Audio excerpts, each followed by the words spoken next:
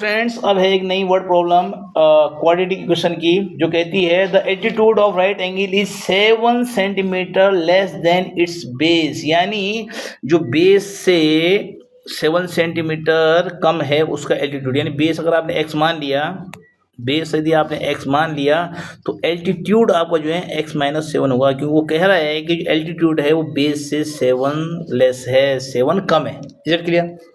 तो आपका बेस हो गया इतना और एल्टीट्यूड हो गया x माइनस 7 और हाइपोटेन्यूज आपको दे रखा है 13 सेंटीमीटर। आप जानते हैं हाइपोटेन्यूज, जानते हैं आप लोग? ये राइट एंगल ट्राइंगल बनी हमारा माना है ये है, तो ये हाइपोटेन्यूज ये 13 है, ठीक है।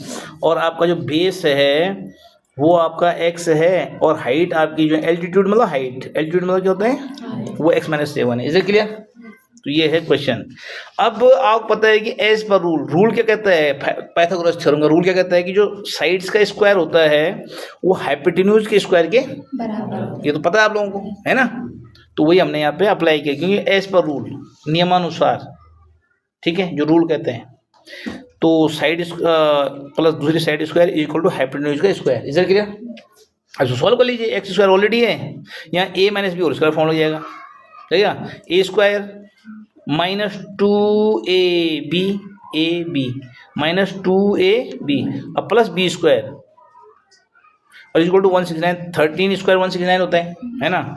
और अब आपका एक्स स्क्वायर 2x स्क्वायर हो गया, 7 2 जा 14x हो गया माइनस का, और 7 7 जा 49 हो गया, और ये बाईस से जाके माइनस हो गए। इधर क्लियर?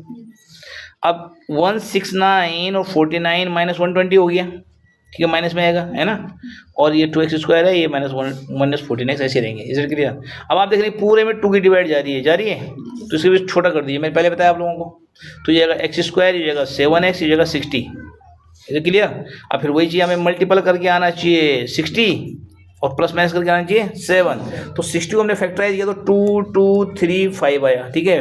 फिर हमने देखा कि 2 2 जा 4 3 जा 12 और माइनस 5 इज इक्वल टू 7, यानी 12 और 5 है वो दो नंबर जिनको हम ढूंढ रहे थे। 12 5 60 और 12 माइनस 5 इज इक्वल टू 7। तो यानी 12 माइनस 5 लिख दीजिए आप यहाँ पे, ये माइनस ये वाला रहा, 7 और 12 माइनस 5 लिख दिया, ब्रैकेट के बाहर x आ गया, माइनस 60 आ गया। फिर आपको ब्रैकेट डिस्क्लोज कर दीजिए, तो जब आप ब्रैकेट हटाएंगे तो जाएगा एक्स स्क्वायर, ये माइनस की मल्टीपल अंदर होगी तो साइन चेंज हो जाएंगे, तो माइनस 12x और माइनस माइनस प्लस 5x और माइनस 60 इज इक्वल टू 0। फिर आपने यहाँ x कॉमन ले लिया तो x माइनस 12 बचा, यहाँ पर आपने 5 कॉमन ले लिया, x माइनस 12 बचा, और ये x माइनस 12 यहाँ भी है, यहाँ भी है, तो x माइनस 12 कॉमन आ गया, यहाँ से x बचा, यहाँ से प्लस 5 बचा, ठीक हो गया। तो आपने x माइनस 12 इक्वल टू 0 ले लिया, तो x इक्वल टू 12 हो गया, तो यानी और एक बार x प्लस 15 लिया आपने 0, तो x माइनस 15 हो गया। माइनस 15 नॉट डिफाइंड, इसलिए माइनस 15 कोई भी साइड माइनस में कभी नहीं हो सकती है, किसी भी चीज़ की लेंथ माइनस में कभी भी, इसलिए माइनस में नॉट डिफाइंड लिख दिया हमने। हो सकती किसी चीज़ माइनस में, यानी 0 छूट, वो तो है ही नहीं, फिर आप नाप क्या रहे हो, ठीक है। यानी अब तो यानी प्लस हो जाएगा, हमारा बेस हमारा प्लस हो गया, और 12 माइनस 7 यानी x माइनस 7 था ना एल्टीट्यूड, तो 12 माइनस 7 इक्वल टू 5 सेंटीमीटर हमारा एल्टीट्यूड हो गया। Is it clear? ओके।